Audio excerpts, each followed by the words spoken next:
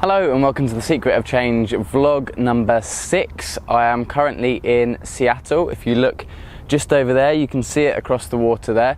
We've been visiting some great projects in Seattle, but I'm not going to talk about that. I'm going to talk about what we've been doing since I last did a vlog, which has been a little bit north of Seattle in the Skagit County area, visiting 3 initiatives there, Chuckanut, Fidalgo Island and Lopez Island, and all transition initiatives, all doing really interesting things in their own right. So I'm just going to go through them very quickly because I've been kind of delaying the next one because we've been so busy recently. So Chuckanut transition, rural setting, very different from when we had been previously. We're up in Vancouver and there's much more space between everyone, and one of the things that they mentioned that affected the dynamic of how they worked was the fact they're in a rural setting. Also very drought stricken at the moment. The whole of the Pacific Northwest, it seems to be really suffering from drought at the moment, and that kind of leads me on to my next issue, which was we went to Fidalgo Island, which is very near. You can just get to it on the mainland from where we are in the Chuckanut area, and they had a meeting there with lots of different groups and lots of different people. They're a very large group, and they had a speaker from a local university, a climate change scientist, who has been looking at the climate change impacts of that area particularly, which is very interesting because this is a key reason for transition groups setting themselves up is to tackle climate change. So it was really interesting to see how it applied and was affecting, and people were concerned about the things that were going to happen. And things like this drought that they're experiencing now are predicted to happen more and more and more and more and more, and to be for longer periods of time. Things like what's happening in California at the moment are kind of a taster of what's to come. If you don't know what's happening in California at the moment, they're in about year 4 of a drought, I think. There's been one continuous drought. So that was really interesting, and it's really quite alarming to see that happening. The most alarming thing I got from that actually was the fact that the scientist in question said that they had put together a really comprehensive study of the kind of effects that will impact this area, including severe floods.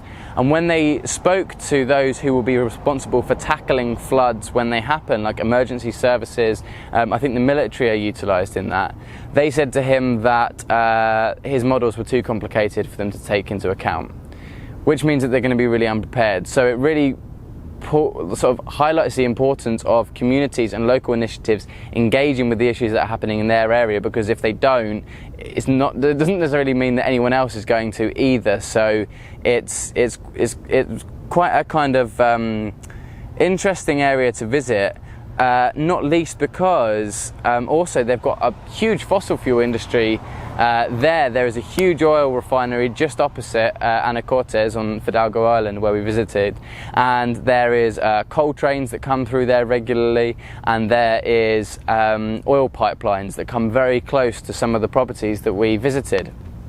So that's just a few interesting points about that. When we were at Fidalgo Island, we met some people from Lopez Island who set up a transition initiative a few years ago, and they were keen for us to come and visit them and to find out a bit about what they've been doing, which we were more than happy to do because the Lopez Island is a beautiful place. You get the ferry across there. So we went across, and there were loads of great things happening there. They had community-led recycling initiatives that weren't in place before. They had community housing that were independent of the transition initiative but kind of affiliated with them now. They've been going a lot longer actually. And all this is going to be included in the overall in the final documentary, which will be coming out this winter. But one of the things I found most interesting, and which I asked a few people about, was that how does the dynamic of it being an island affect the way people think about it? And then we think about our world as often being limitless. I mean, increasingly we're not, but I think on the whole we have this attitude like, oh, we can do that, we can chuck that away, we can burn these fuels, we can grow this food in that way because there's loads of space around us. When you're on an island, that idea of space is limited dramatically.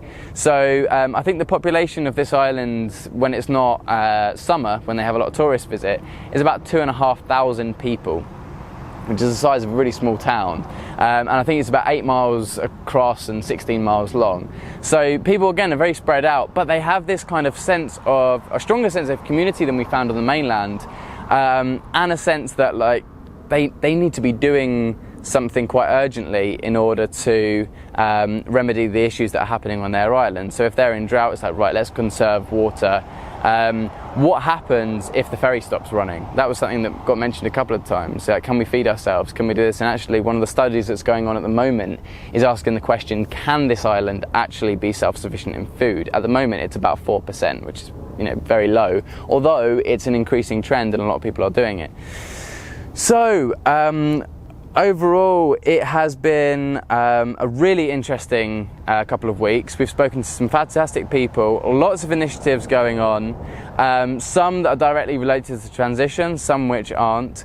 And it's been really interesting seeing how the model of transition or initiatives that are in line with that model are applied when people are further apart, quite literally, distance-wise.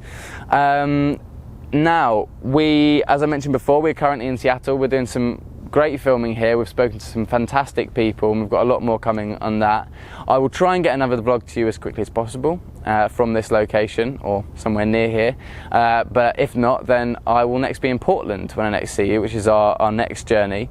And I will give you more updates on kind of what we're finding and what we're exploring.